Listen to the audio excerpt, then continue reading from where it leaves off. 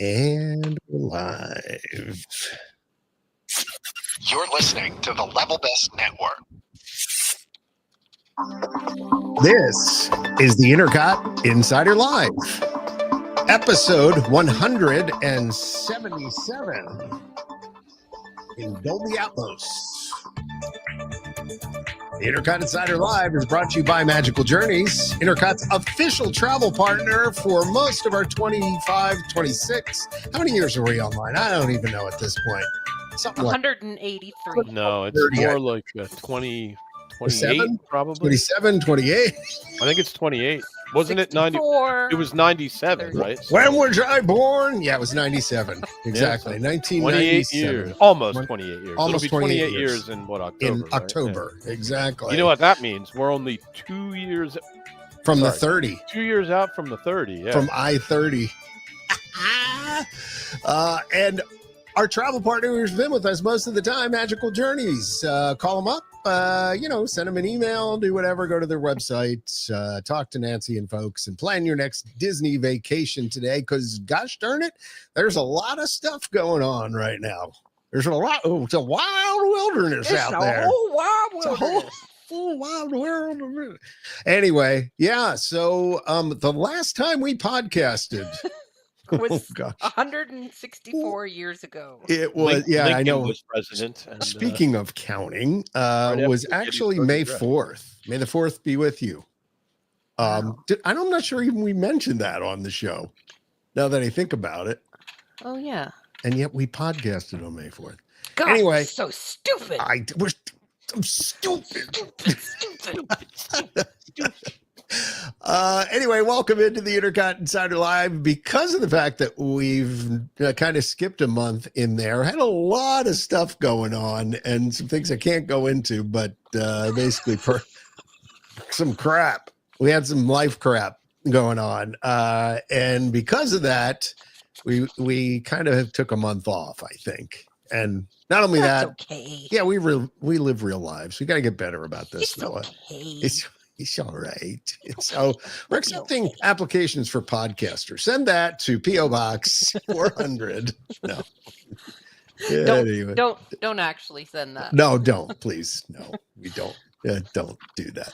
Anyway, we've got a lot of stuff going on. So where do we want to start? I think we want to. I thought of Go ahead. something else that we didn't talk about before the show. Oh my gosh. That Tom Sawyer Island closed. Yeah, that was And on my now list. Oh, was it? Oh, I Yeah, didn't. the Sorry. Rivers of America running Oh, dry. right. I had the headline and everything. Can we have a moment of silence in recognition of their passing? It's so funny Thank to you. see Thank you. the map of Thank the park now, and it just is grass. Yeah. It is. Have You know what's been interesting though? I drove down yesterday.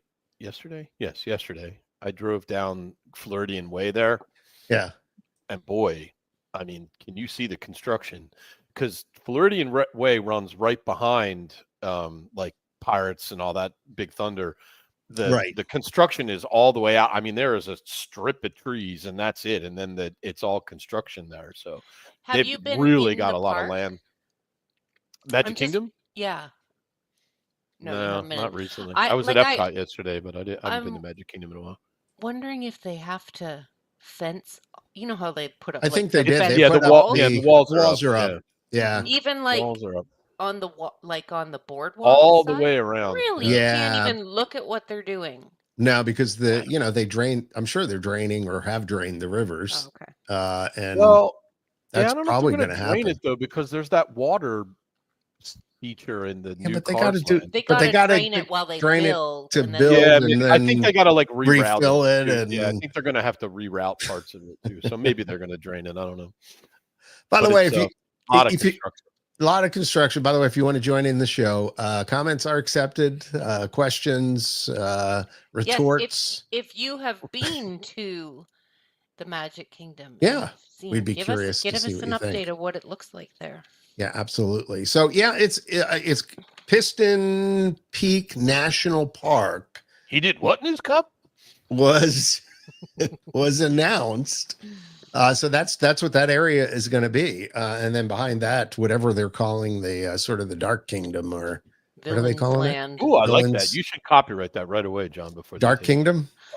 Quick, get the URL. Wait, darkkingdom.com, Disney the Dark Kingdom. Instagram. Yeah. .com. Somebody's doing it right now, I guarantee you. Ian's Googling. Oh, Perfect. it's already taken. Somebody already took it. If they aren't, he's taking it. I wouldn't blame. It's that nobody's hosting on it anyway. I didn't check the ownership, the domain. No. Oh, here we go. Well, yeah, check it out. Disney'sDarkKingdom.com. I feel like that would be an awesome name for that. But that's coming. And so there's a lot of construction going on there. And it did close. And, sorry, we're a little behind. But one of the cool things is after or around the time it closed, I think on the last day, I posted a complete ride video aboard what is it?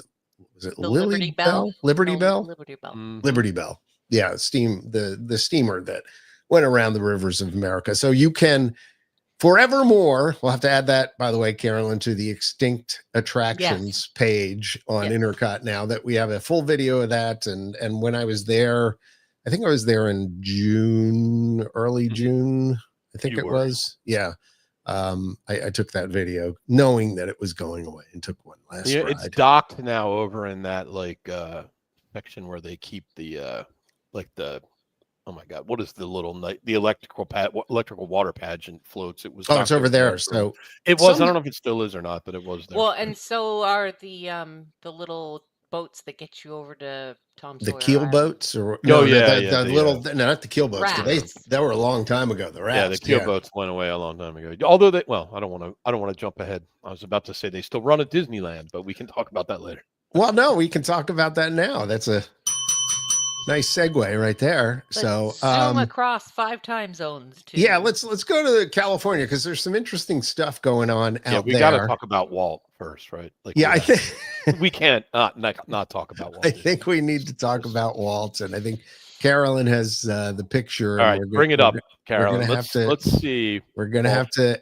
add it here. Okay. Look at his furry little ears. So he does have. He has fur on his ears. Yeah, he has fur on his First ears. of all, that's cool. Inside his ear. Okay. So set it up real quick. So for those of you who don't know this, they are replacing Great Moments with Mr. Lincoln. Not replacing. It'll that's right. It's going to be an alternating. Right? Yeah, alternating. Yeah. They're adding a Walt Disney Presents sort of show to it. So they unveiled the Walt Disney animatronic, and here he is in all his glory. Now the cool thing when about you look at him it from a distance, it's not as bad. Yeah, it's because I will say this has been just about the hottest thing on the internet and Disney sites, and of course we didn't post much of it. We posted a little bit of it, but it's caused some consternation, I will say. Okay, well, let's start with the positive. Okay. The positive is, see how he's standing right now? His butt's on the desk. Yeah. So one of the cool things is that he stands up, and that leg that's bent steps forward. So he's leaning on the desk, then he stands up and steps forward to the middle of the stage. So that's pretty cool. Absolutely. Also, I think they got his look. That, like, this gray suit that they put him in is like so quintessentially Walt Disney. Agreed. Like the hair is like near perfect. Like I looked at a picture of his hair, and it's almost like uncanny how close they got the hair to his actual hair. Now, that being said, things fall apart a little bit after that. Well, okay, look at the shape. Can you switch to the side? Yeah, I'm going to do I'm going to do the side by side. Sorry, so, it's not exactly the highest resolution picture. It's all right though. That's pretty good. Here's my thoughts. His forehead's not tall enough. Correct. Yep. His eyebrows. Well, although let me say one thing before you say that. I think we may have caught him with raised eyebrows in this one. It almost looks like he's doing one of these, maybe. So it's potentially not that terrible. Maybe if he's in a more relaxed state, because I don't know. Also feel look like across the way. He's got raised eyebrow in the one. I mean, that's a pretty close. Go ahead, Carolyn. You were saying his eyebrows are bushier. Now maybe that's like theater makeup, like we have to make his eyebrows more visible. So you notice them when he's further away. Yeah, that's possible. The mustache is wrong. It's the mustache is too wide. His mustache was too caterpillar. He has an eye like mine where your eyelid goes over your eye. It's a little droopier. It's got a droopy eye. You can see both his eyelids in the animatronic, and his from his his cheekbones down needs to be longer. Yeah, the chin is too like his nose is too wide, whereas in real life it was long. He's got like kind of a double chin almost on the left, and he's I always thought Walt's defining physical characteristic was that he was like lean and angular. You know, like his face is very thin. I mean, he's got like hollow cheeks almost, and he's got like you're right, his nose is kind of like the face is just all wrong. I mean, it's just really wrong from pretty much every. They didn't get any of it, if you ask me. The eyes are wrong, the eyebrows are wrong, the forehead's wrong, the nose is wrong, the mustache is wrong, the chin's wrong. Like it looks bad. Now I'm just gonna save another picture here because I just want to show you something. Because we don't what era is this guy supposed to be? Well, Walt on the right here is pretty close to the end of Walt. I mean, that's 60s era Walt Disney. All right, let me see if I can show something here. Hold on. Okay, so this is Madame Tussauds. Their wax figure, which he looks pretty good there. I feel like they got the whole angular. The facial, the longer kind of face and the high forehead, correct? And then we go back to let's see, this one. Yeah, it just okay. Now go to my very last picture I put in the thing. Okay, wow, it's getting like I got lots of pictures going on here. Okay, here we go. Let me add this one. That's almost gone. Walt. That's the Walt. I mean, yeah. I mean, so is that kind of that? Is that what they were trying to do? No. It's got to be the one that I put side by side. That's way too old.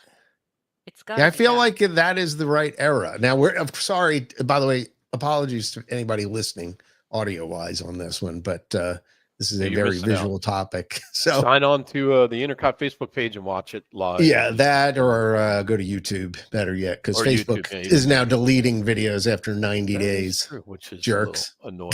Yeah, I know, right? Also, jerks. The little logo on his tie is too low. But look at that. Maybe he tied it.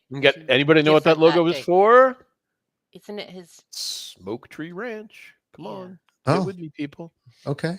That was where he had his They had their vacation home at Smoke Tree Ranch. It's interesting that he wore that merch. He very much loved. Well, it was like Smoke Tree Ranch. It was like cowboys and that's all cool. That's quintessential Americana. That was Walt. Walt loved Smoke Tree Ranch.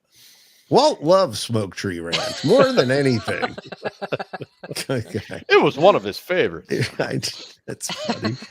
All right, so do we universally agree? I from far away, it's fine. Most people don't study Walt Disney's face the way that you or I might. Okay. So I think I give it a B+. I think if I'm being honest, I don't understand now in the day of computer aided design and face map. I mean, literally the other day I went and got a CT scan. And they had it like it was crazy. I was sitting in a chair and the thing kind of went around my head and I had my eyes closed.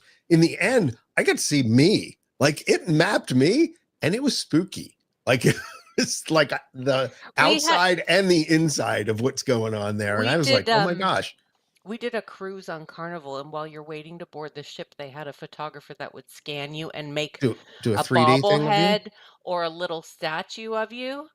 And so Mike and the kids got theirs done, and it's 100% them. So they do have the technology. So but I think it might be the everybody talks about underneath that make it so that the skin doesn't sit right. I think it's an underneath problem. Maybe, but does that prevent them from making his forehead taller? I don't think so. No. So why didn't they get that right? Sculpted him but didn't put it on the skeleton. Well, maybe it looks better when it's off. I don't know. I mean, you make a fair point. Maybe the under skeleton, like was greater scale than what they thought. I mean, it's but possible. Again, the other thing that's possible, we should acknowledge that maybe this is just an unfortunate like screen capture at a moment when his face is like, I don't know, like, because like I said, if he raised his eyebrows, John, it would kind of shrink his forehead. I know, but I've watched the video. Have you? I haven't watched the video, and I don't feel. I feel like it's pretty much what you see right here is what you get, and I feel like this is where Disney ordered the new monorails and somebody didn't measure, and the new monorails are this far above. Yeah, they're above the actual platform, and so they have to have ramps to go on. And the originals, you just went straight onto them. Like the other thing too is that when you do watch these videos, we've all over and over and over and over and over again heard the videos of him talking like, I hope we all remember that it was all started by a mouse. But the audio in the video, if you just go search it out, it's too, he had, come on, he was a smoker. He had a little bit of a gruff to his voice, and the gravelly, it's too clean. You can tell that it's not him talking. And I feel like and I listened to the whole thing too, and there are sections, it sounds like it's AI. Yeah. Like it didn't sound natural, like that they spliced it together. And again, I feel like the technology is here. 10 years ago, I went to Adobe Max and they debuted Adobe Sensei doing by the way, shout out to Ian, who works for the big Adobe. But 10 years ago, they had the capability. You said 200 or 300 words and boom, like it could make you say anything. This was 10 years ago. Yeah. And I feel like the technology should be so good that this should be spot on. Like this was Disney's, like, we got to hit this one out of the park. Exactly. They should have pulled out all the stops to make sure this was. Everything should have been perfect on this. Not only that, but the vocals and everything. And I just feel like it ended up being a C when it really needed to be an A. I give it a C too, John. I'm solidly in the C camp. Who's the name? Blaine. What's his name? Blaine. The guy that sculpted Blaine Gibson. Yes. So there was some quote from him back when he was alive, and they said, do you think they'll ever make a Walt Disney animatronic? And he's like, no, because with people like Abraham Lincoln or whatever, we don't know what he really sounded like or really what his mannerisms were. So we can do whatever we want, and people will be like, wow, that's cool. But he's like, once you start doing people that really exist, you'll never quite get it. Especially with the facial movement and everything, and then trying to, unless they actually record the audio, it sounded a little weird. I'm just going to say that there were spots where it was on, and then there were spots where it was like, ooh, that sounded like a computer. Mm-hmm. I wouldn't be surprised if a lot of it was AI generated. I mean, AI voice, imitation is. Well, the problem mature, so it wouldn't the problem would be that if they were cutting what he said from this interview and cutting from this interview and then mashing it together like I mean, it could just be different audio quality and again, I'm just going. There is technology out there today to be able to do that between leveling, matching, pitch, intonation, up, down, all that kind of stuff. Saving money, and you can just type it out and let the computer say it. John, I know, it just kind of makes me sad that nobody. $5 billion a quarter. How do you expect them to afford all this? Come on. I mean, you got to have some sensitivity, man. Not everybody has the same financial wherewithal that you do. I know. They can barely eat on $5 billion a quarter. Give me a break. I mean, dude, I'm just sitting here saying, somewhere somebody listened to that audio and went, yeah, that's fine. Okay. It's kind of like, when we see bad kerning and stuff like that and things or misspellings or whatever, somewhere somebody looked at that and went, hey, it looks good enough. That's fine. Okay. Send it out. So that's what I'm like. Yeah, ship it. Just ship it. Yeah. I think ship my pants. I shipped my pants. I just shipped my nightie. I shipped my bed. Let's move along, shipped please. my bed. By the way, look that commercial up. It's That's a Kmart YouTube commercial. It's a Kmart commercial. It actually aired. Very funny. By the way, SHIP. shipped. Like I yeah, mailed they it. were promoting that they were like shipping, like Amazon and Walmart were before they went out of business. P is in Paul. P is in Paul. Yeah. So, all right. So, hey, you know what Disneyland does get right, John? Wait, hold on. Letter grades were C, and Carolyn, you went with the B? I went B+. I mean, it could have been a lot worse, but it could have been better. All right. I think I would go and see that and be like, okay, I've seen it. And then I wouldn't walk out of there like kicking the dirt and being like, that was I mean, again, I think it's cool. Like every time I go and see the movie over in, what is it? The studios, and I see him talking, I practically tear up every time, every stinking time. I've seen it like so many times, but when he starts talking about there's just a daddy going and taking his daughters to, looking for a place to, and, gosh darn it, I thought, and that kind of thing. And with the little Midwestern draw, and like you said, a little gruffiness in the voice, it just gets to you. Thinking this is the guy that created the place that I've been going for, how many years, since 1974. He just was wanting to do something nice for his kids. And so, and now it's how much money are we making a quarter? Yeah, exactly. So at Disneyland, we were mentioning, what else is Ian? You might have been out there or something. You might have had some thoughts, or maybe. Okay. I'm going to give about a 20-second setup to this story real quick, and then I'll get to the strength of the point. Okay. I mean, I don't think it's any secret that I've been pretty rough, let's just say, on Disney World lately. I am rapidly falling out of love with Walt Disney World, which hurts because I've been in love with it for a long time, and now I go, and most of the time I just complain, and you crank because you care. My wife tells me to shut up, and exactly. All righty, and I get it. The last time I was in Disneyland, John, was with you in whenever that was, 2017, I think it was. So it's been a while. Long time ago. Haven't been out to Disneyland, haven't had a chance, been doing other stuff. So no, not this past week, but the week before, we spent 3 days as part of a long 2-week vacation. We spent 3 days in Disneyland. Yeah. And I got to tell you, I fell back in love with Disney theme parks. I really did.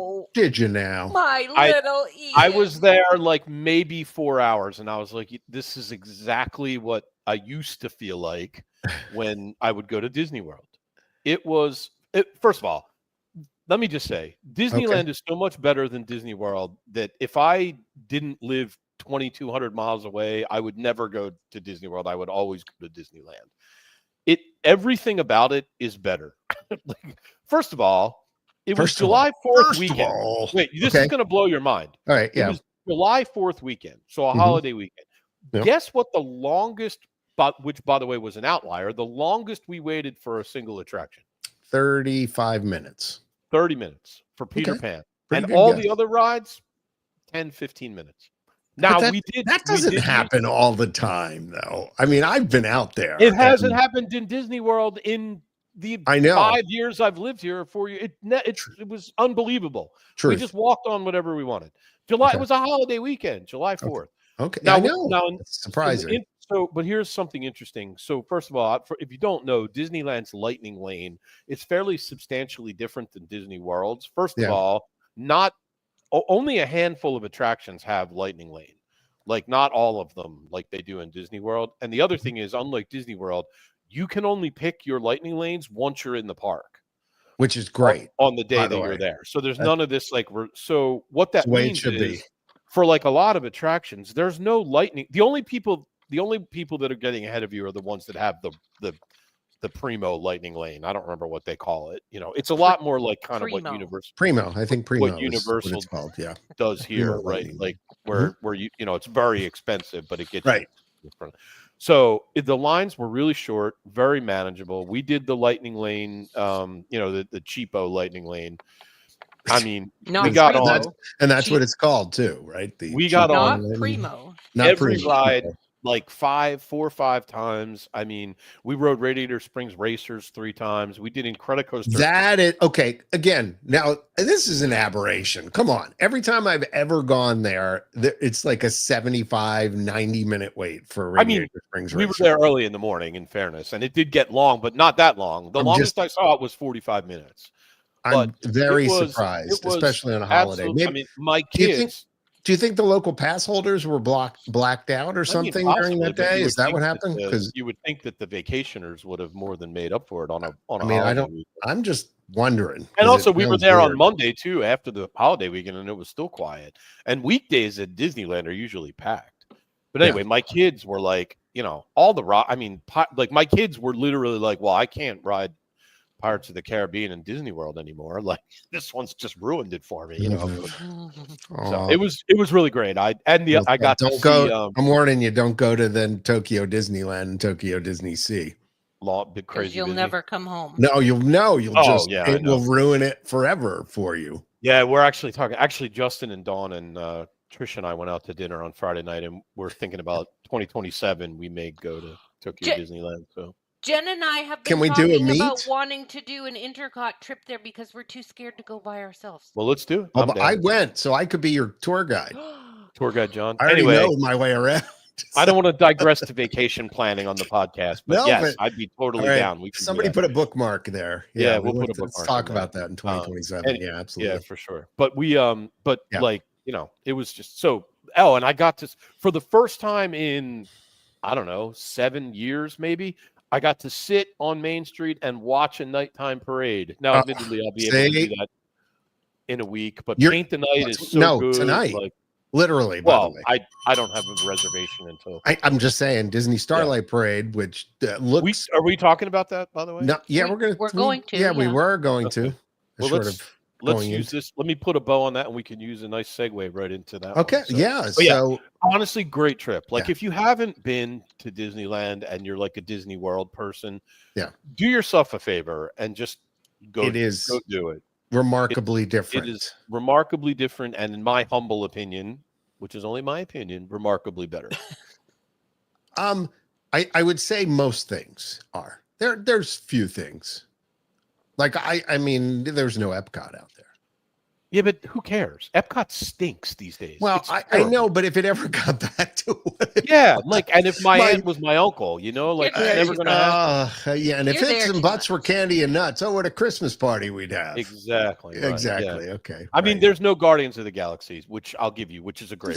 But there are still things about Epcot that I adore still. The countries, the atmosphere, and things like that. Yeah, I find Disneyland to be like, oh, that's cute. It's quaint. It's small. It's I love that you don't see around corners. Like you feel immersed in where you are. It doesn't lovely. Take an hour and a half to get between parks, and we just really and the thing is, like, it wasn't just me. All 4 of my kids were like, "Oh my god, this is so much better than Disney World." I absolutely get it. Anyway, it was 100%. Every time I go out there, and I feel that way. You know what you should do? Yep. Call Magical Journeys and have them book you a trip there. Yeah, I would agree with you there. And sorry. I was supposed to do that. And so, you know what? I think that was what in Tokyo Disneyland, going to Disney Sea, that reminded me of the way Epcot should be. Mm-hmm. You know what? Yeah. It had kind of an Epcot-y sort of feel to it at times, and it was like going in there. I had that same feeling I had in '82 when I went in and saw all the pavilions and got to actually see things that were in Steve Birnbaum's guide, and like, oh my gosh, this is so massive, and it's immersive, and it's the very vision of the future. It was everything I loved. The future. Literally, being a Logan's Run fan, I was immersed. I wanted to live in the future now, so it was cool being able to see their vision of that. But yeah, you're right. I mean, the Magic Kingdom, there is no comparison. California Adventure, I mean, it's getting better, but see, I think you're selling it short, man. First of all, you didn't like Spider-Man, and I did. I thought it was really fun. Nope, didn't like it. Yeah, I thought it was like it's carpal tunnel. It is a little tiring. I'll give you that, but it's no worse than Toy Story Mania. And I couldn't figure out what I was doing. No, either. I wasn't. I was just doing this. I just went like this the whole time. I know. I just don't get it. Fun. I like. I would have rather had some controls and not had my hand being the controller. I liked it. I thought it was cool. Incredicoaster's a blast. I love Incredicoaster. Okay, and that's always their second been best roller coaster. It's only behind, in my opinion, Guardians. Yeah, I love it. Although I do love the Tron. Whole I do Cars love Tron. Land is amazing. Agreed. Like, Springs Racers might be their best domestic attraction. It's the best rated by guests. This has the highest customer satisfaction, which is no doubt why they're bringing it to the Magic Kingdom. We did or a version of it. We did this giant spinning wheel of death, which was really fun. Did you go on the slidey one? I could go. Yeah, we went on the slidey one. Yeah, my daughter was like, "I want to ride that. I want to ride that," and I was like, "Oh yeah, great!" But it was fun. We had a good time. It's fun. You got Toy Story Manias there. I mean, it's a good part. It's better than any of the Disney World second tier parks. I'd take it over the studios. I'd take it over Animal Kingdom, and I'd take it over Epcot. Nope. Well, I know you won't take it over Epcot, but that's only because you're disagree. clinging to the past. No, I mean, again, Epcot's a giant restaurant and bar now. I love the countries. I love the detail. I love strolling around there. I love being I'm kind of gone. But from a theme park standpoint, I like the nighttime show even now. I'm fine with it. I just saw it again the other night. I thought it's decent. The California Adventure show is better by a lot. The water show. Is that the one with Neil Patrick Harris? Yeah, I think so. I think he's in. I think he does the narration, doesn't he? Yeah. So, no, look, I like the park. And if I were in charge, Epcot would get cleaned up and we'd have some other things. But speaking of, in Epcot, by the way, that was beautiful. I thought we were going to the parade. Hold on. We can go to the parade, but do we want to go to the parade or do we want to go to Epcot? Go to Epcot. Well, I mean, we've got a couple things. Delicate flow. We've got a couple things that have happened. We're 30 minutes in, John. So you got, you're 1/3 of the way through here. At least, yeah. Okay, so couple new things in Epcot. Is it officially open or are they still in the testing phase of Test Track 3.0? It's AP previews right now. AP previews? Okay, wait, hold on. I tried to ride it yesterday, but we couldn't get on. Kind enough to do this. So, I mean, there have been POV videos out and things like that, from people Justin and Dawn wrote it. Got invited to be able to see things. Yeah. So interesting, I will say, from what I saw, I think and everybody who's ridden it, and I know some friends who have ridden it, and I think Andrew might have ridden it, my son. It's an upgrade, I think is what people have said. It's better than the last version. They got rid of the pre-show, which you don't have to make a car anymore. That was painful and stupid and barely tied into the ride. But for the time, they were all about interactive and people. Oh my gosh, that was from that era. Yeah, we don't need that anymore. No, we don't. I mean, just think about all the things that they did with the interaction back then. Space Mountain had the games in the queue. They still have the Winnie the Pooh sludge walls. The wall of germs. The wall of COVID. Wall of what is it? Sludge. Sludge. Whatever. I was trying to think of a good germ, but anyway. And there were a couple others. Yeah, that might be it. The wall of measles. I mean, the Haunted Mansion queue is another one that came out of that era. With all the stuff that you touch and you interact with. Yeah, but they're not even turned on anymore. Half of them are. I mean, that's why it's so like. It just. I mean, they build this stuff. They go through these phases, and they're like, "Oh yeah, interact," and then it all breaks, and then they just leave it broken, and then you walk through it, and you're like, "I don't. What's all this stuff like?" And then finally, it's so low rent. It's just embarrassing. Yeah. So they removed all that. Oops, geez, hitting the mic.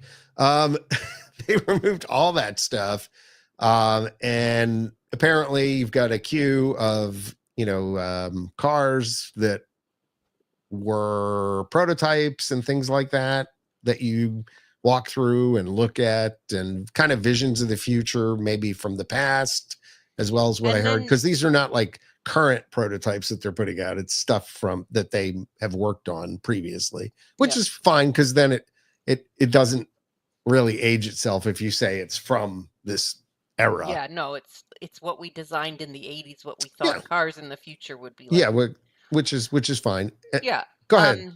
So that I've also heard that people think it's like if Spaceship Earth and Test Track had a baby. Because you kind of go through like little scenes of like a house and a garage. I've tried not to watch a lot of videos of the thing. I haven't watched any of them. I just want to go kind of fresh. skimmed through, and it's definitely the same ride, but like the track is exactly the same. It's all the same. You can tell where you are. Different cars though, right? Didn't they got new cars? No, it's the same car. I think they updated the cars and they repainted and did stuff. But maybe you will still go by the big Mack truck that's going to hit you, all of that. But there's real trees around it. Like looks dark ridey. Which is good. Yeah, that's good. This scene at the end looks cool. If you're on an audio podcast. But the last scene before you go flying out the doors to the outside part of Test Track, the whole room, ceiling, walls, everything is like a futuristic city, which I think is very cool. It's very Epcot-y.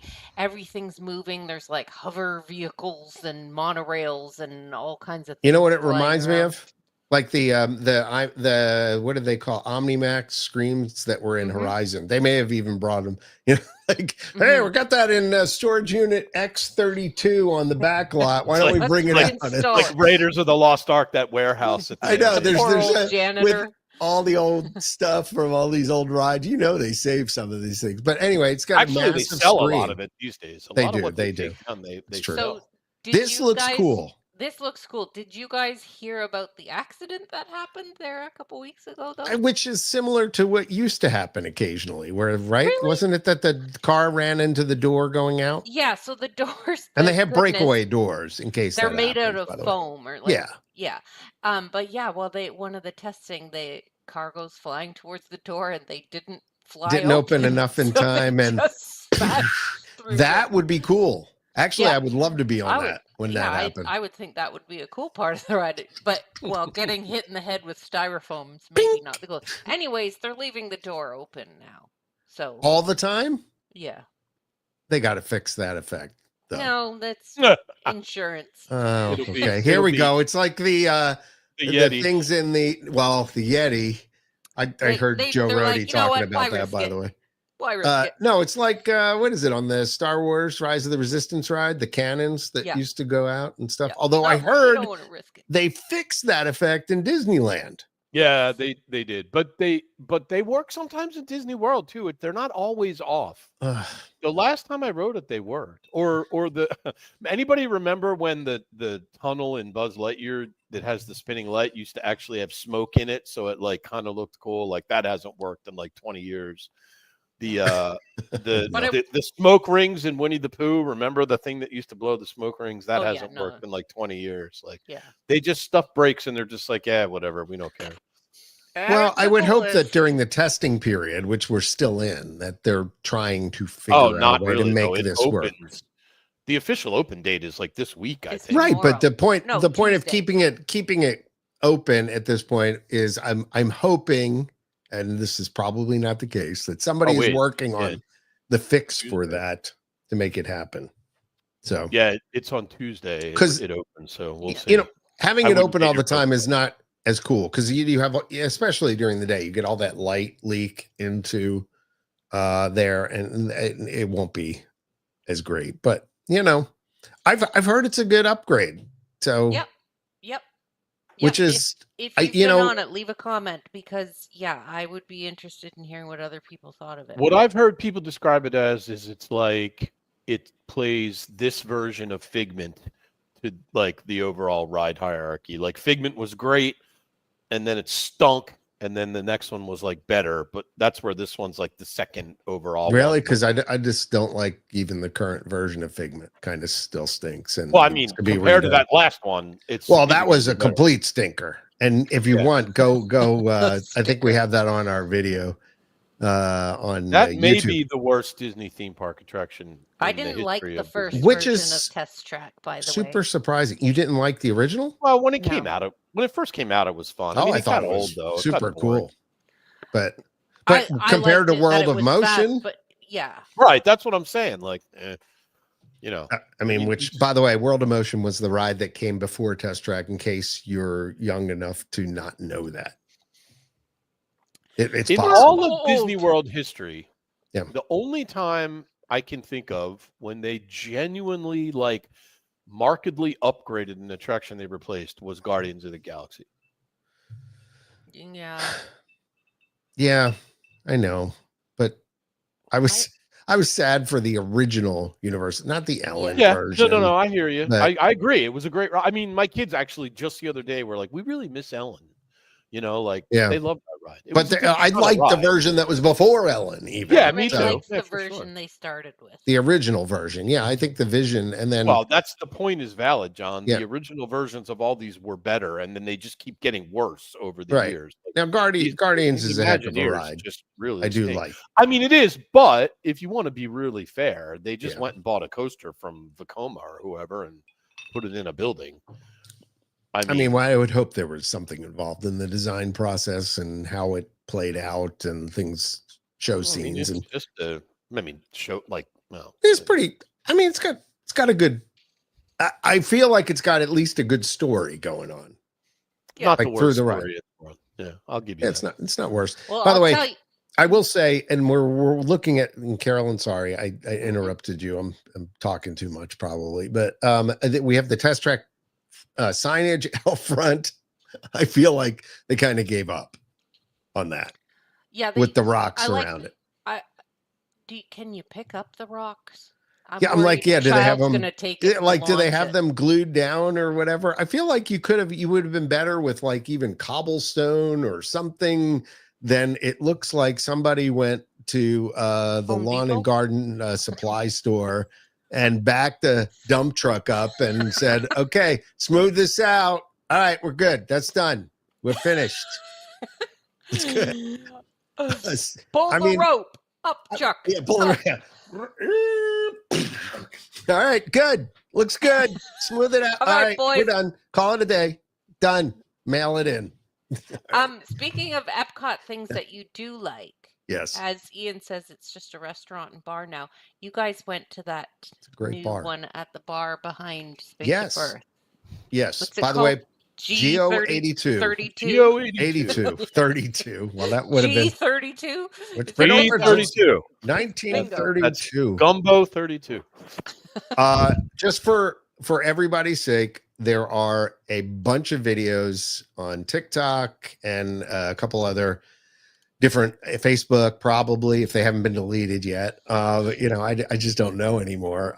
Definitely, I think on Instagram as well. If you want to see some reviews and see what it looks like inside there, we got invited to actually the preview of that. And I was able to, what was it? It was a something brown sugar, bourbon, blah, blah, blah, something. Yeah. The brown. What was it? Brown butter. Yeah, it was butter. Brown butter, bourbon, old fashioned. Yeah, that's it. You got it. You nailed it. The brown butter bourbon old fashioned. Look, I'm an old fashioned connoisseur. I literally, when I go out sometimes, and no, I'm telling you, when I go to bars, sometimes I will actually direct the bartender how exactly I like it. Like I'm a little picky and I'm demanding. I'm a pain in the butt.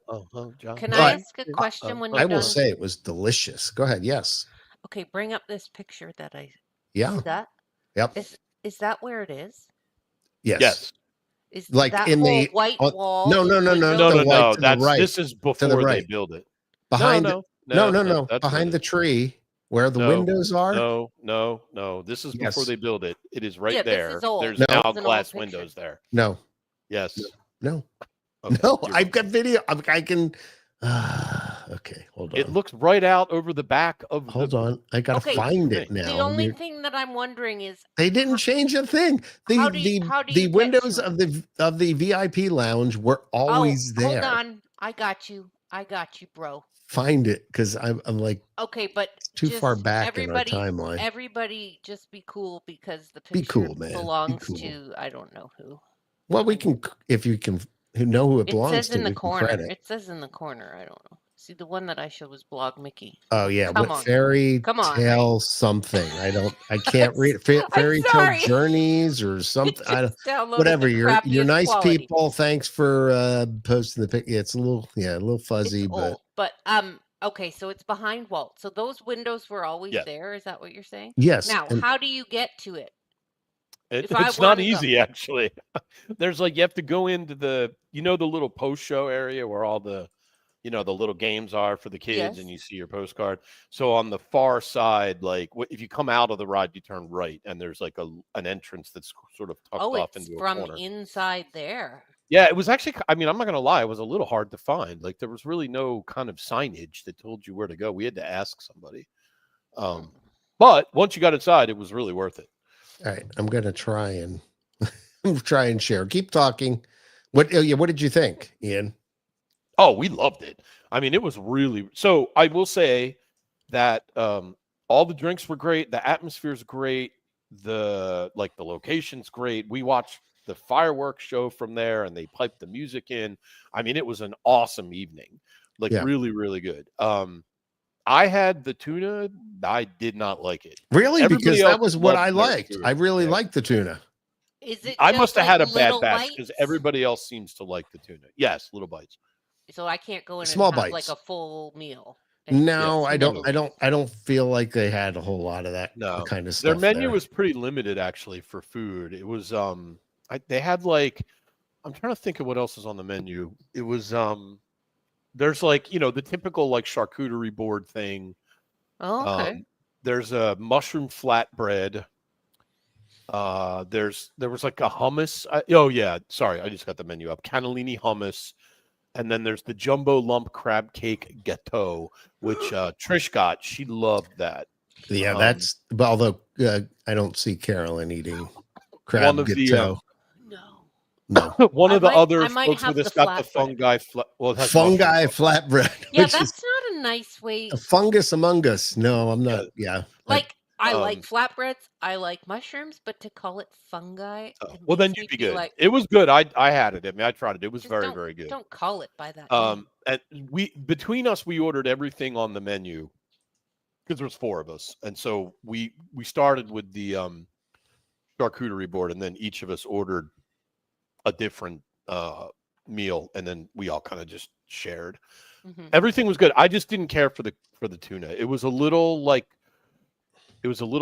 I wouldn't, tough is maybe a bit of an overstatement, but it was leaning towards tough, and it really didn't have much flavor at all. It was a little bland. It was the odd thing was that was one of my favorite things that I had there. So. Yeah, I think I must have just gotten a bad because everybody I've talked to, piece of tuna. Yeah, everybody I've talked to has said they loved it. So I think I probably just drew the short straw on it. It was not good. I mean, I like tuna and I eat it a lot. So I'm much like you with old fashions. I'm pretty up on what good same. Is. No, so I trust you and I believe you.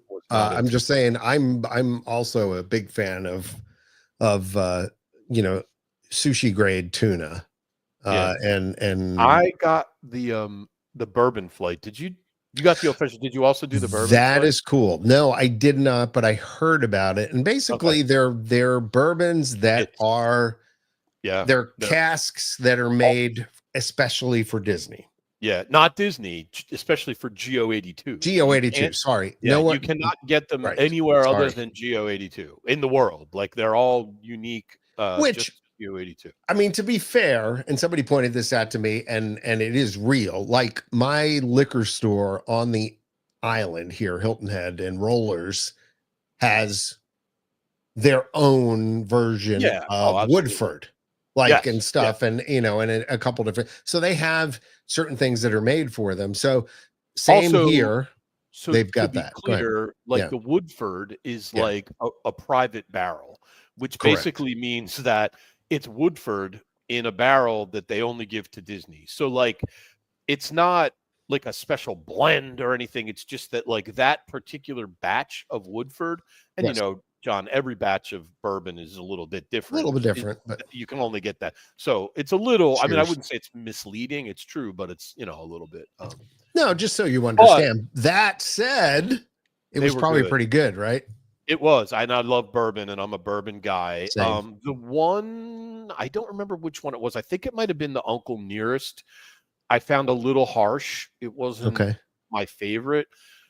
The best I thought was the Blanton's. The Blanton's was really good. Oh, the bourbons. I got you. Yeah. It's Uncle Nearest single barrel, Woodford Reserve single barrel, Blanton's Gold single barrel, and Stag Private barrel. Yep. Yeah, they were all. The Uncle Nearest was the only one. I was just okay. It was a little harsh. The other three were very smooth, and they all had a very like unique and pleasing flavor profile. They were very good.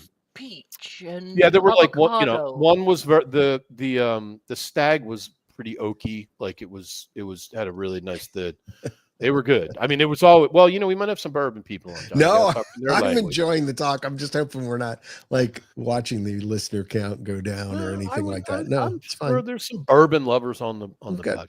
Got 4 anyway, it was delicious. It was really good. So and this is a picture, and then they also have a cube that has a Spaceship Earth.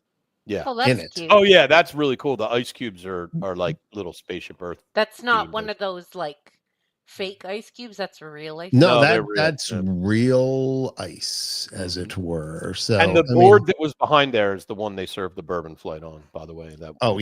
Right there. The little it was good. Totally good. Yep. So we are anxiously waiting for Beacon Barrel reservations to open up. I don't know what's going on with Beacon Barrel. Right. That's the Pirates. So if you get a chance, check out Geo82, but it is by reservation only. And they're not easy to get. And good luck on that.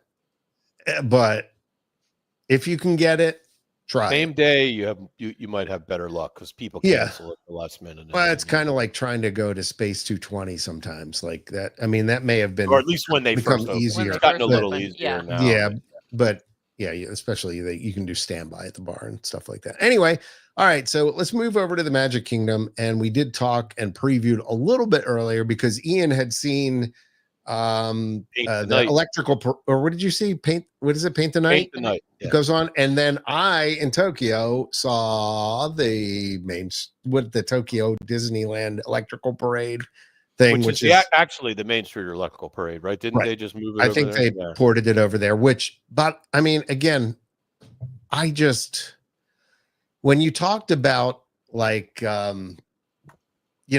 falling in love with stuff and like I fell in love with Disney all over again, sitting down and having all the wonderful Japanese people, like so polite, and everybody sits for the parade. Nobody stands. And just sit on the street. Well, the streets are so wide. Everything is so wide there. It's hard to explain, but all the pathways are much wider than they are, which it's a little weird until the parade comes through and it's like, oh, there's plenty of room and everybody's, in good shape. But to the point, love that the nighttime parade is there. And I was like, oh, I love Disney. Like, again, I literally fell back in love because of seeing a nighttime parade. Now, by the way, the nighttime show at Tokyo Disney Sea, stinker. Like, literally, I would toss it. It was crap. Like, it was like when they tried to replace illuminations, that bad, it was not good. And I'm irritated that I stayed for it. Well, we have a comment from somebody with the coolest name ever for this podcast, Jonathan Castle. Which comment? Okay, go ahead. I have been trying to imagine how a nighttime parade is. By the way, I love because he's seeing my thing. Yes. So, Jonathan, all right, we'll peel back the walls here because he's like, I couldn't help but chuckle that John's second position bookmark. He looked at my bookmarks. I've got server info, and the next one is Dr. Portals. And that goes hilarious. Like, I got tired. Like, I've been having problems, guys, with elevated tinnitus recently, and I've got a problem. And I found out, this is getting deep, that I have a nearly completely obstructed maxillary sinus. Like, it's full. The whole thing is full. It's not supposed to be that way.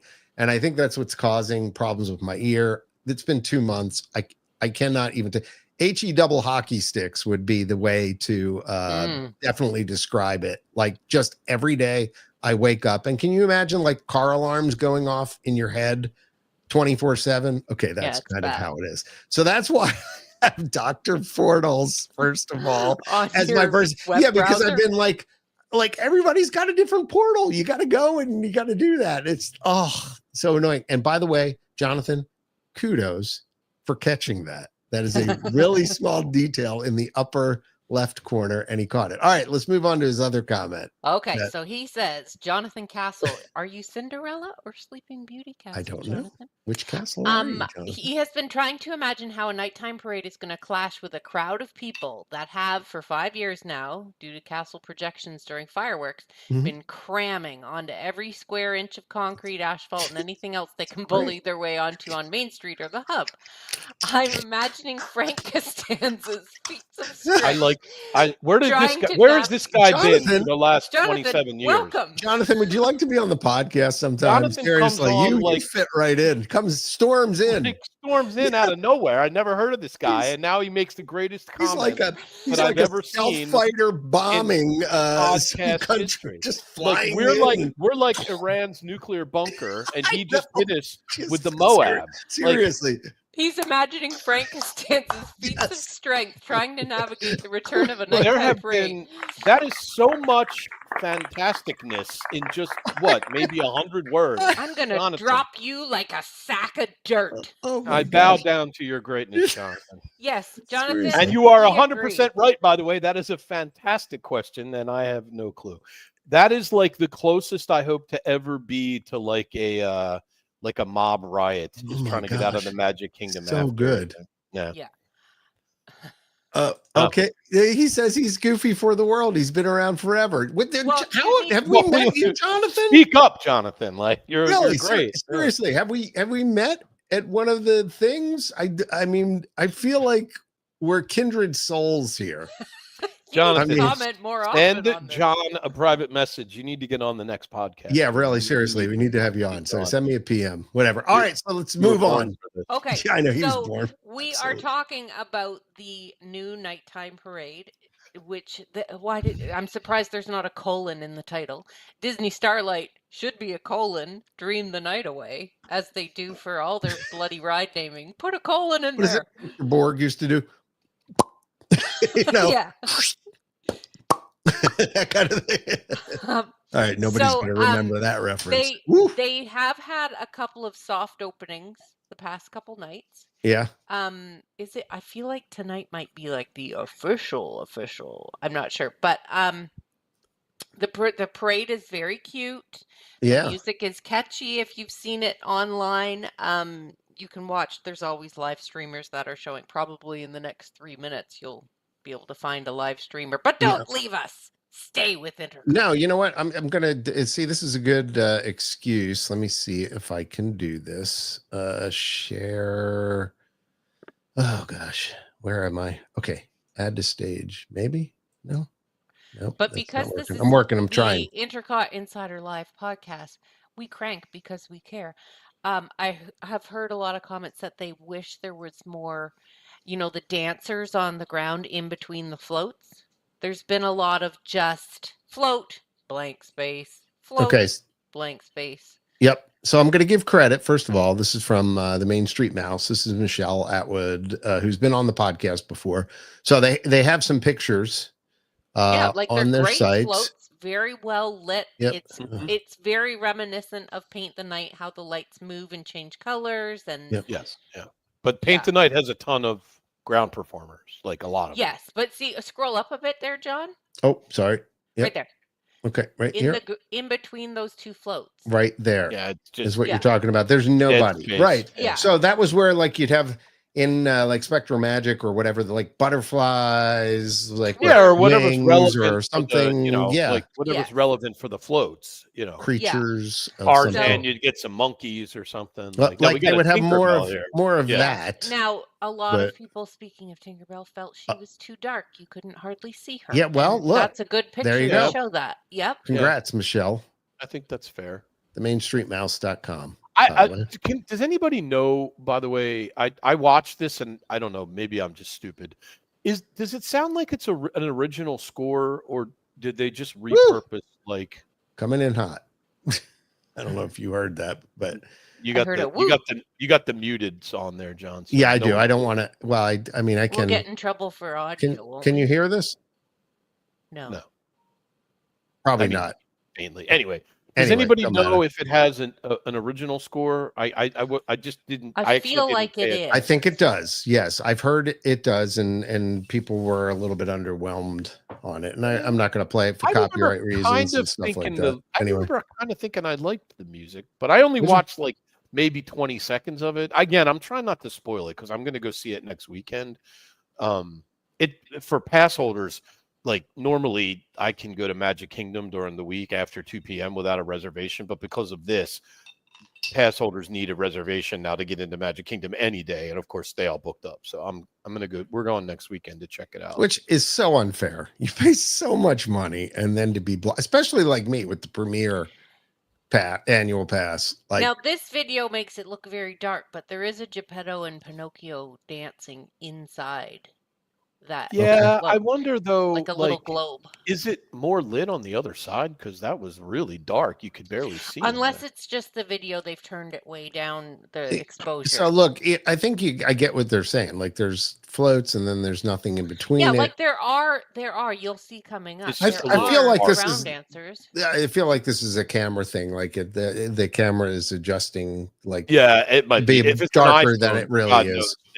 They don't do very well in nighttime video. No, I mean, kudos to them for actually getting the footage this early on. So thank you to, again, Main Street, themainstreetmouse.com.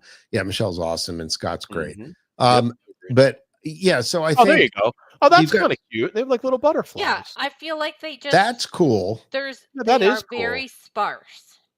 But I think these are things that you can fix.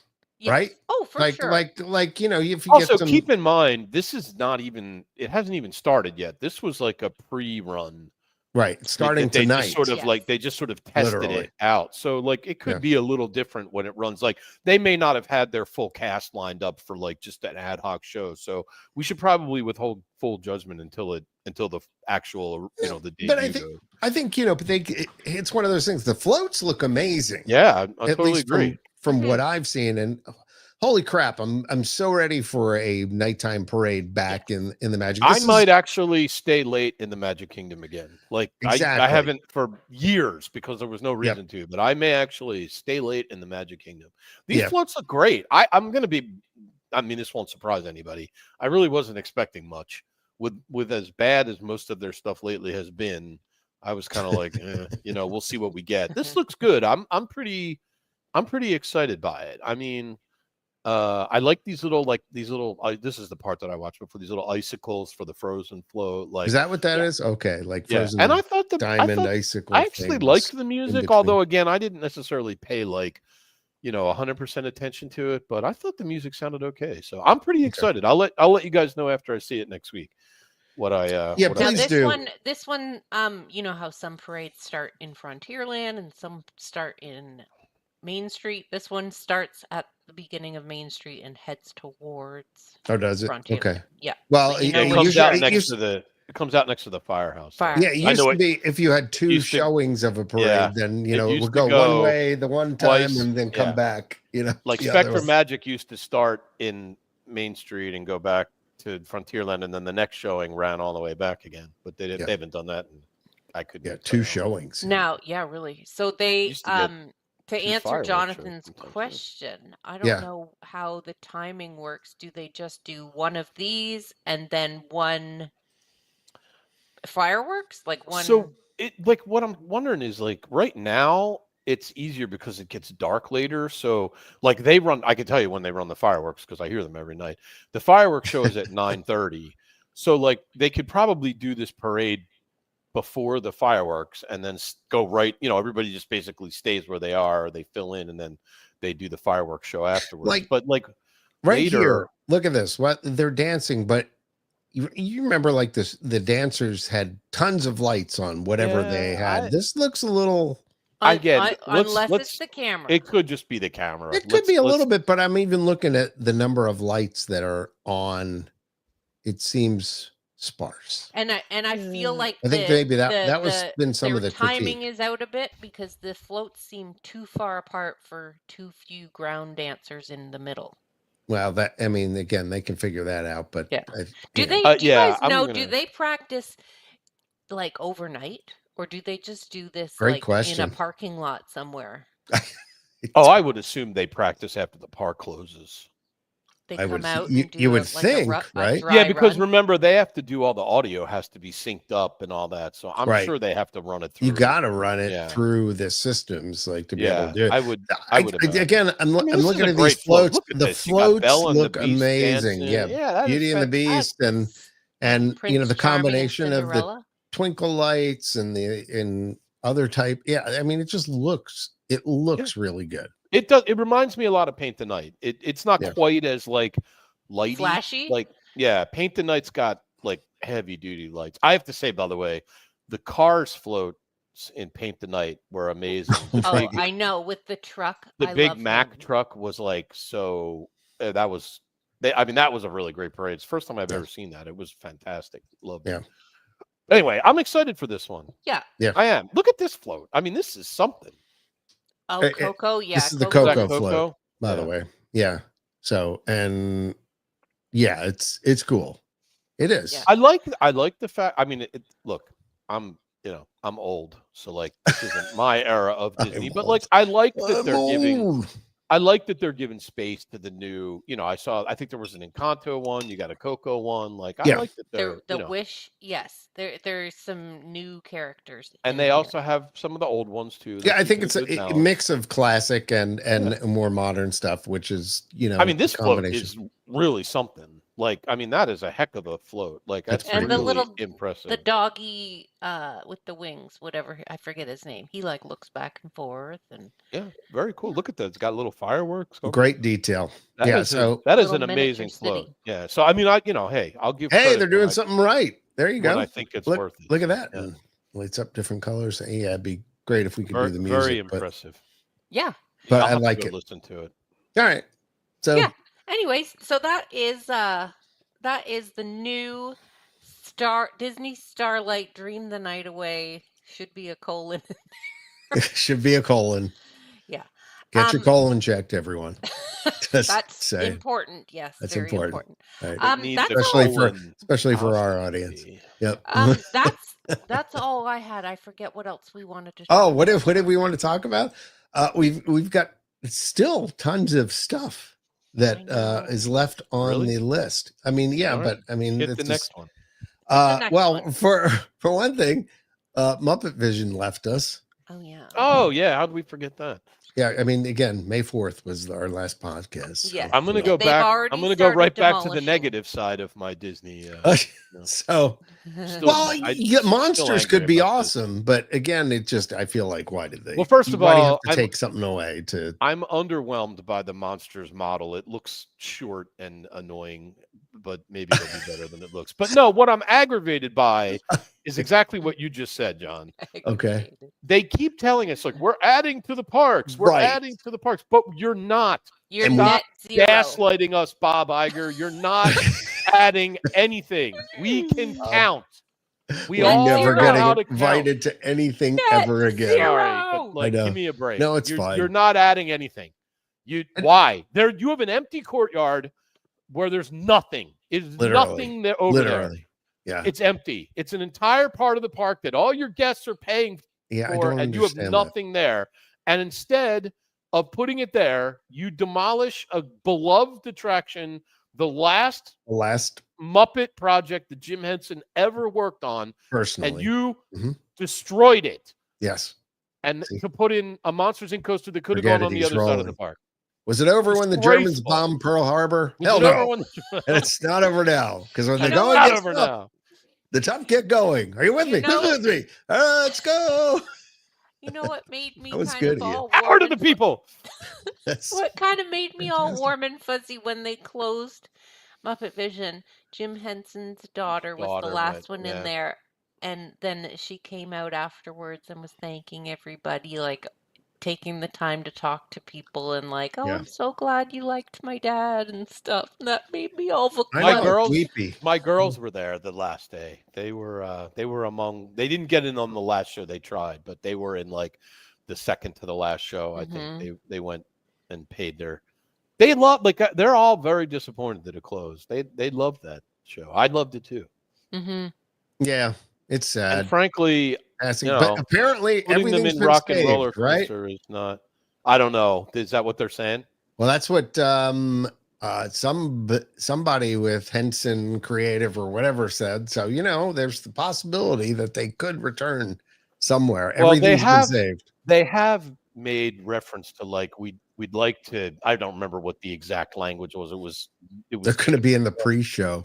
It was typically ambiguous, but they said something about like they'd like to find a way to preserve the attraction. So, I mean, I don't know. Who knows? Theoretically, I guess it's possible that they could do something with it. I mean, do we believe just throw it on Disney Plus with all their terrible POVs. No, but I feel like they could possibly in the new Muppet rock and roller coaster thing, whatever it's going to end up being. That who knows? They could have something in the pre-show, where you. Well, they'll miss the boat if they don't put the Statler and Waldorf, audio animatronics in there. Oh and God, while you're like in line. What are you doing here? I've seen people talking about maybe they put them in the theater where that new villain show went, like eventually. Unfairly Ever After, which by the way opened also since our last podcast. Yeah, I teed that one up for you, John. Thank you. Nicely done. Managed to injure my shoulder somehow. A fake swinging a baseball bat. Yeah. Oh, speaking of Disney Plus putting the point of view videos. Yeah. This goes back to John saying when it has to go through all these people and somebody's like, meh, that's fine. The point of view video that they put up for Tiana's. So you go through the whole ride and down the big splash and then into the room where everybody's singing. And the point of view video they put on Disney Plus, like the Tiana animatronic is standing still. It's not working? It's not working. Oh my God. And that's the one they put on. Again. Anyways, it's somebody's go look for that. job to do You'd think they would be like, you know what?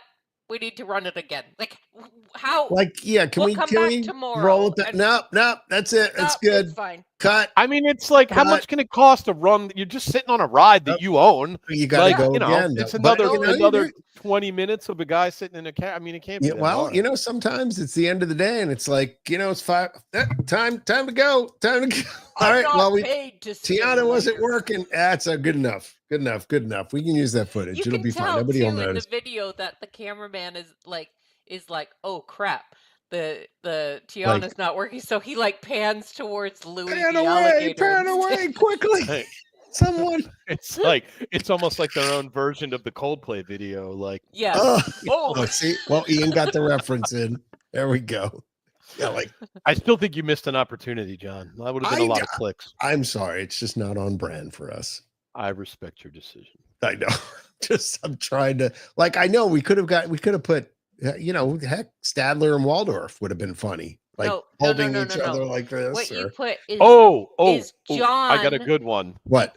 You put John from the Carousel of Progress. Yes, with like the wife from Horizons or something. Oh, that would have been a good one. That's funny. Yeah. See, no one would have got it, but I would have laughed. Yeah. Me too. Yeah. What was yours? What about here's a good one. What about Eisner cuddling with Chapek?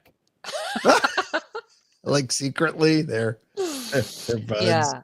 Oh, see? That's funny. I'm telling Pretty you, good. It's gold. John, you could have made. Well, you make it and I'll post it. All right. No, I'm no good with making stuff. No, well, Justin's if pretty only good there on was the a company cutting. that made a really good visual design product. I don't know. Yeah, I know. If only you work for a company that is the industry leader in if only photo manipulation. Yeah. Would be nice. What else you Get got on your Sensei bullet on that. course? What do I? There was a new verse added to. This is a nice story, which is cool. The Sherman brothers apparently nice had written an additional verse to it, which for whatever reason I didn't read. Did you all see why? I did. Yes. Why was it not included? So he actually just wrote it not long before he died. Okay. Yeah. It was Robert Sherman shared it with Iger. I don't remember. Okay. But it was a relatively it wasn't an original thing. No. It was a relatively recent addition that he wrote. And in honor of, his passing, they decided to add it to the attraction, which I think is very nice. I mean, I am like a softie for the Sherman brothers. I mean, they're like, they wrote some of the greatest Disney music ever. And frankly, just flat out some of my favorite songs ever. And Walt Disney's favorite song, by the way, which was Feed the Birds. Everybody should know that. Yes. Oh, I thought it. Yeah. Okay. Go ahead. Play the song, boys. He would just just when he was in a bad mood, he would just call the Sherman brothers into his office and say, "Play the song, boys." And his own personal spot. It's so cool, right? Yeah, that's a rough. Play the song, boys.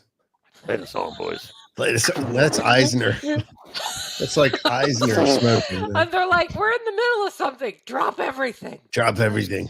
Play the song, boys. I need to pick me up. I need more songs, boys. We need more characters. Need more birds." Okay, that's funny. Anyway, I think that's cool. I'm going to go check it out. I got to get there. It's added to Disneyland, I think. I think it's both. Is it both? Okay. Both, yeah. All right. Now, I've also heard that they've adjusted some of the audio in that ride, so certain parts you can hear more of like the monkeys. Oh, really? Well, you know what? Sweeten the audio. That's back cool. Back to my Disneyland experience. When I rode Disneyland's Small World, the audio there is really, really like better. I don't. It's very clear. There's a lot more like you can hear a lot more of like the country specific. Like in Disney World, I feel like the main audio just kind of overplays everything. The audio there, maybe they made some tweaks to the Disney World version to, I mean, out for all I know, maybe they just brought over the audio track from Disneyland since they probably, had to remaster it to add the new verse anyway. So could possibly. That'd be nice because the audio in Disneyland was really great. Well, again, I'm going to say that my favorite of the Small Worlds was in Japan. Yeah, and the reason why it was my favorite, it was just. It was smaller. We know you've been to Tokyo Disneyland. Smaller. It was smaller. It was more intimate. Castle. Everything. Yeah, you stayed in the castle. So we're going to add this to John. This will be John's castle. Okay. Yeah, John went to Tokyo, but everything was more intimate. Guys, have I ever mentioned if I went to Tokyo that I went to? I don't know if you know this. I'm not sure if you know this. Never mind. I went to okay, wait. I have a question to ask you boys, and for everybody listening. Yes. Because everybody's got one, but they maybe haven't. Everybody's got one. I want one too. Who's your favorite character dolly on It's a Small World? Oh, mine is the nodding cheetah. He's my favorite. Oh, you like in the mine. rainforest. That's a good one. I like the Thailand people with their cool little hats. Okay. And the tiger that's in there is really cool too. Hula girls. The hula girls. Without a doubt. Hula girls from Mine Hawaii. has always been the nodding cheetah in the rainforest. I like him. You like the nodding cheetah? Okay, here he comes. I'm going to show him. Okay, right. You can't. By the way, now, he's got a certain like debonair. He's got like a kind of a like. Oh yeah. He's like kind of suave, He's like kind of suave. John, you said the hula girls, but now in Hawaii, yes, the Hawaii Small World, but now, you like the ones that have the ring of flowers around their head. The ones that they're just the line of them, where the one is missing for years, and then the ones on the left there, Karen. Is it left or right? It's on the left. Is she trying to find him on the? The missing one was on the left anyway, but there are also ones on the right. So there's like was on the right where one was missing. Three different sets of them. Oh, that's the ones.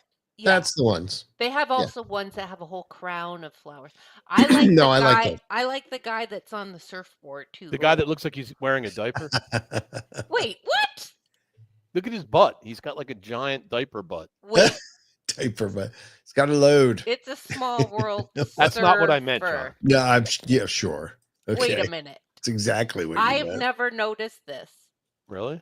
I can only find a small picture of him. Oh my God, you're right. Hold on. Hold on, standing by. Okay. No, he does. Yeah, Cheetah has a bit of It Pink doesn't Panther look like vibe. a diaper. It looks like a swim diaper on a child. Okay. Well, that might be why I like him. No, that's not. That looks like that looks like the like pull-ups. Looks like pull-ups, Pampers. Yes. Yeah. It's like Pampers. I never noticed that. He does have a bit of a tummy and a bum to him. That's fine. He's thick. Baby got back. I'm okay with 2 C's. But by the way, I that may be part of the reason why I like the cheetah, because I always was a big Pink Panther fan. I don't know who Coma is, but that's a copyrighted picture from 2005. Thanks, Coma. Yes, thanks, Coma. Credit to you. 2005, bro. Yeah, well, I love that. I also like the listening to the French girls say, "Ooh la la." Oh, ooh la la. Yeah, that is awesome. And the yodeler, the Swiss yodeler. Oh no, that's the guy from Price is Right. Never mind. The cliffhanger? The cliffhanger guy. Yeah. Okay.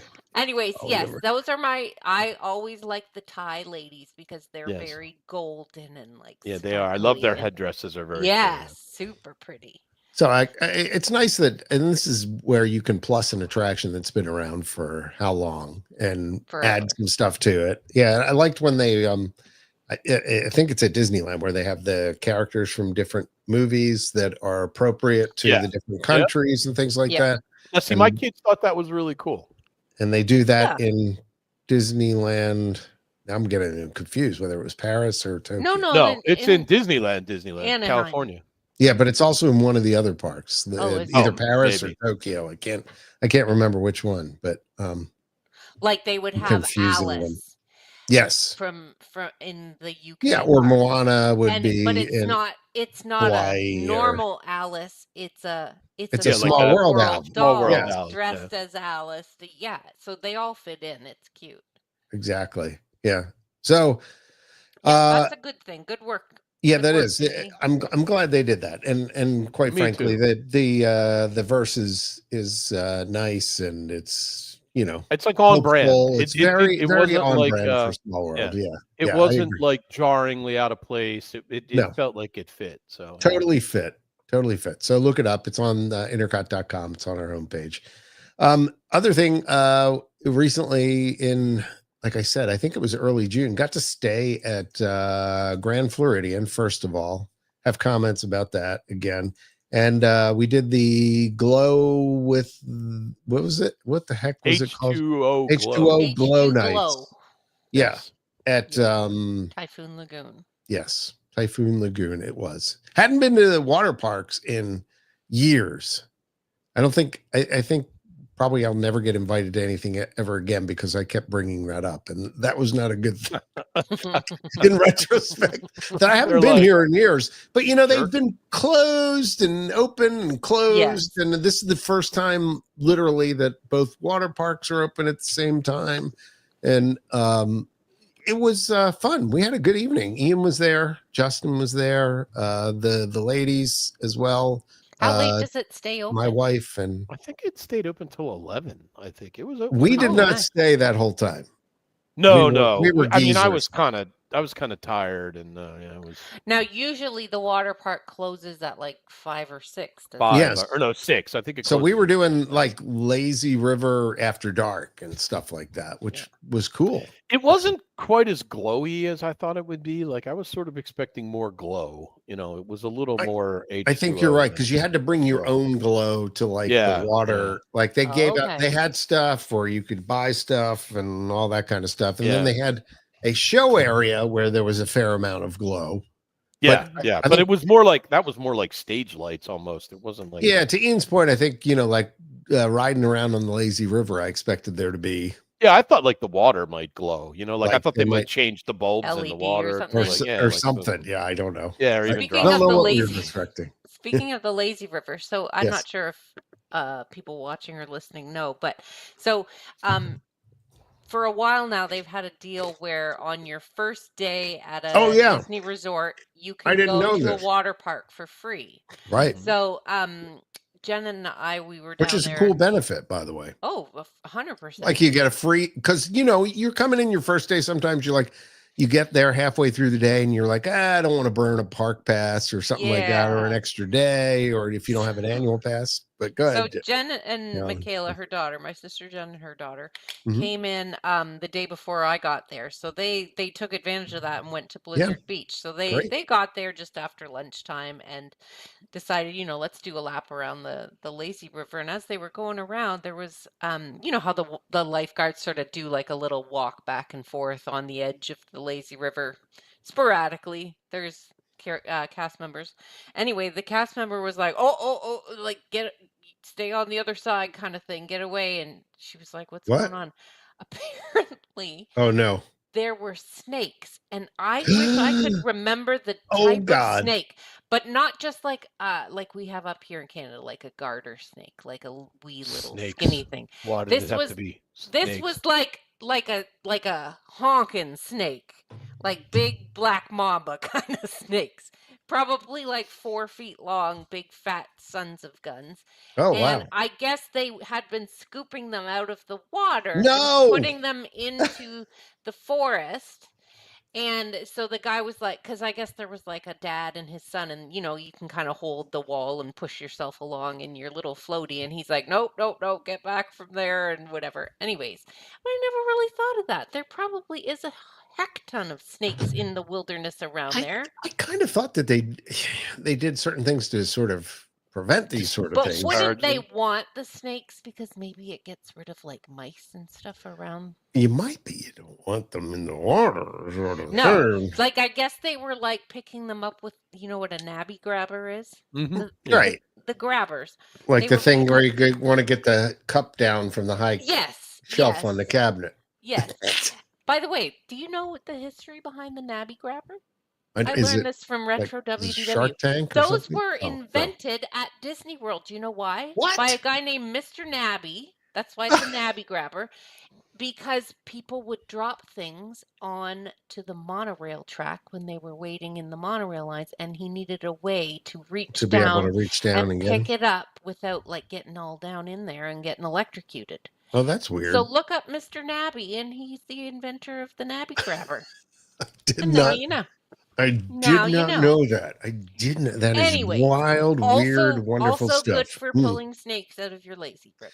Well, I mean, I'm just saying, it's pretty cool too that they have people that are on the lookout for these sort of things. You imagine swimming along and being like, "Oh, what's that slithering up beside me?" Like, so screaming. My son's texting me in the background saying he just rode Test Track, and I was like, "Come on!" And he's like, "Oh, I'm walking home from Epcot to the car in a crowd of people." I'm like, "Join! We've done this before." Oh well, just warn him what Carolyn. Sir, put some pants on. Put some pants on, sir. Please, for the love of God. He's like, "Give me 5." I'm like, "Well, we're pretty much done almost with the podcast right now." Let me just check the list of topics. What else did I have here? Oh, I did want to say, stayed at the Grand Floridian again. Got a great rate, annual pass holder rate. They were doing construction in the lobby, but I was like, I don't care. I'm not spending time in the lobby anyway.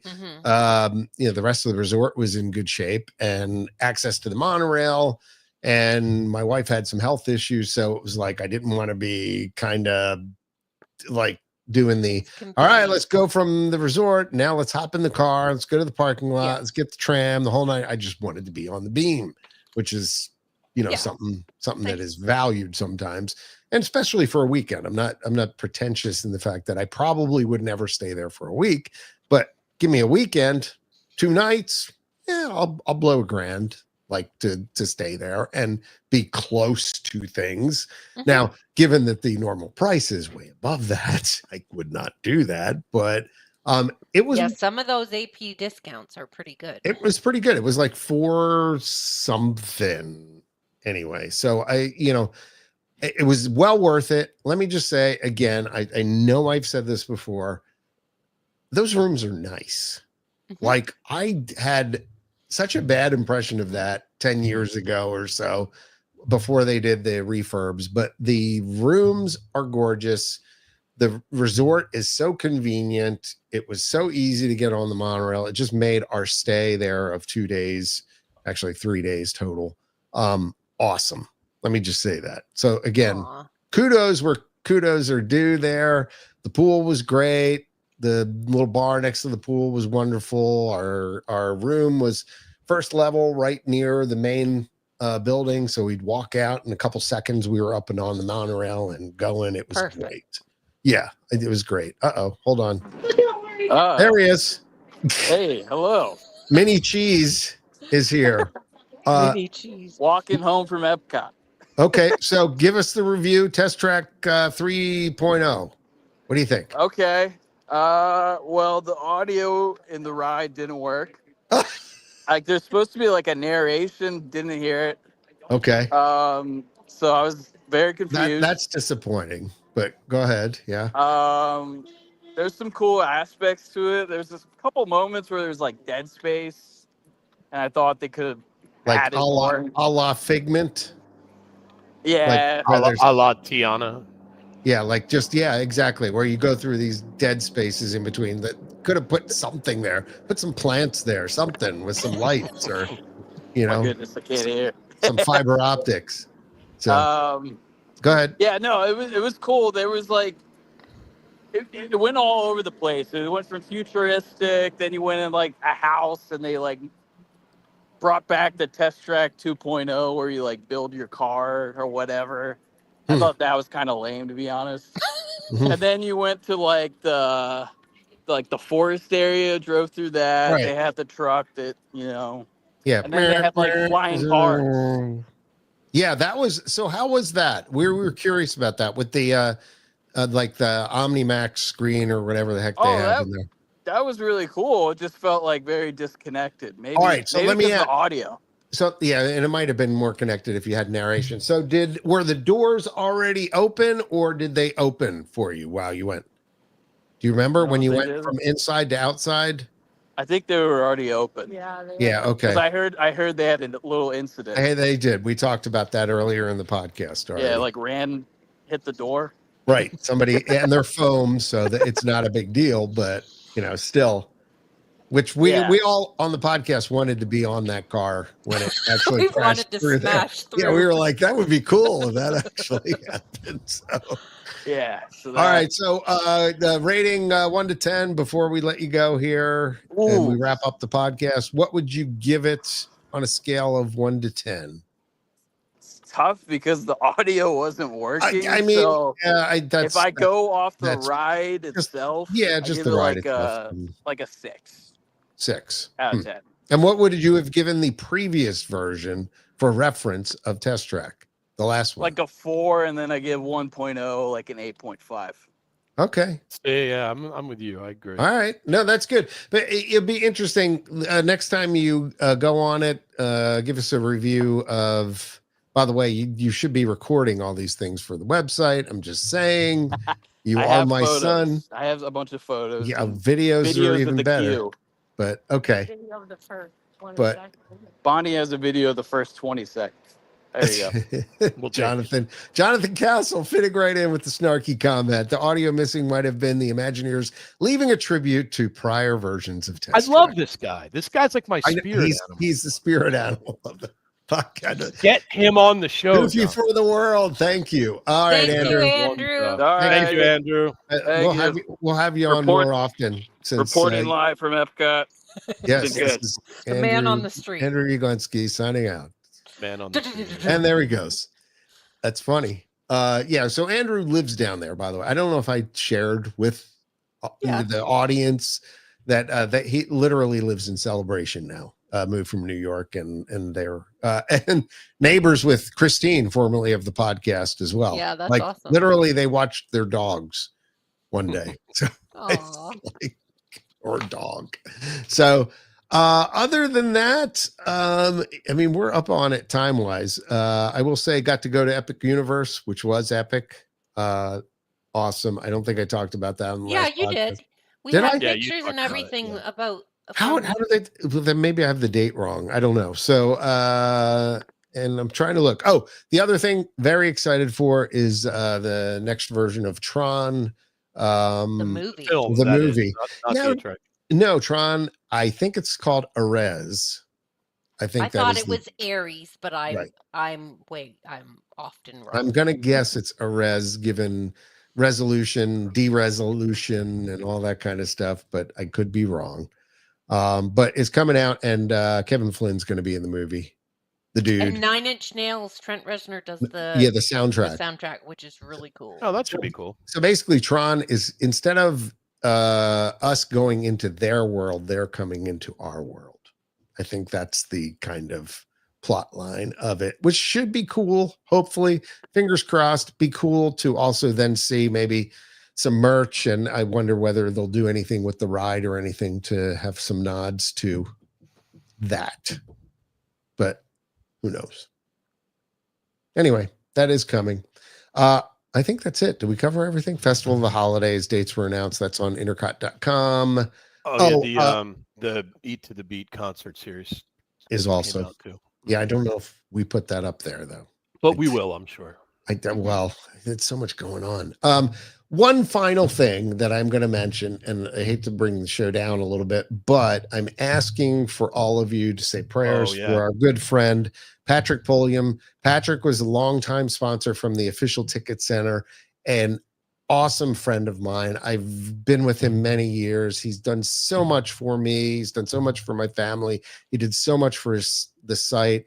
He has great kids, great wife, and he's battling cancer big time. Like I mean, I can't even describe how bad it is. And you know what? I if nothing more, I hope that he finds peace and can enjoy the memories of everybody that he's connected with over the years. He's such a good guy. And I'm so sad for what's going on. And I just would love it if you had a second tonight and you were thinking about it and you just sent some good vibes over to Patrick Pulliam, who's in Orlando, and he's just having a awful time of it. And I feel for him. I feel for his family. And I hope a miracle happens. Let's just put it that way. So anyway, that's great. Yeah, good guy. He's been at many of our events over the years too, as well. So even at our last meetup. Yes, he was at the ICOT 25. So pictures of him on the site if you want to find out a little more about that. But anyway, I appreciate any thoughts and prayers you can send his way. Other than that, gosh, it was great connecting with all of you again tonight. It's been too long. We'll try and be better about this. We will be on a new platform come next month when we do our podcast, because good old StreamYard has pretty much screwed all their old users and doubled the price of everything. And I went into it on the Disney Nerds podcast, which I was on a couple nights ago. If you want to listen to that, I can give you some history on the site and also what it takes to run a website financially. We went through some of that. It's surprising, but thanks to all of you for supporting us all the years. Your clicks, your visiting ads, your visiting the website, you're visiting our social media, all helps. You're helping spread the word and supporting our great sponsor, Magical Journeys, who helps us pay the bills and keeps the lights on intercot.com. So thank you to everybody. And thanks for the 28 years. Go, Carol. I need to know, Jonathan Castle, if you're still on, which is your favorite castle, Sleeping Beauty or Cinderella? Oh, I forgot to mention that while we're talking about it. My kids were hysterical over Sleeping Beauty Castle. My oldest daughter was like, why do they have Aurora sleeping in a trailer, like because it's just so terrible. That's the only that is the only downside. He said, yes, that's the only downside to Disney. I agree. I agree. Jonathan says Cinderella Castle. I would say like it's amazing they haven't fixed that by now. Which is what is it called in Paris? I knew this. I think they're all Sleeping Beauties. Are they? Because they have the dragon underneath, and I got to say that's the best version of the castle. I mean, Disneyland's is obviously Sleeping Beauty Castle, not Cinderella. But I don't know. I can't remember. All right, your name. I've been to too many Disney parks. Jonathan Cinderella Castle. I know. Just had to point that out. Oh, it's Belle. Oh no, sorry. It translates to Sleeping Beauty Castle in Disneyland Paris. Okay. They're all. Although it's probably less Sleeping Beauty. Le Château de la Belle au Bois Dormant. There you go. All right, everybody. Thank you for the INTERCOT Insider Podcast crew and everybody who is listening tonight. Thanks for staying with us. I'm Mr. Everything for Ian, Carolyn. That's what my buddy Ron Ross calls me now. Mr. Everything, applicable only in John's mind. Exactly. Send your letters to. Yeah, exactly. Thanks for tuning in. Thanks for supporting the site. Have a good night and bye now. Bye. Bye-bye. Bye-bye.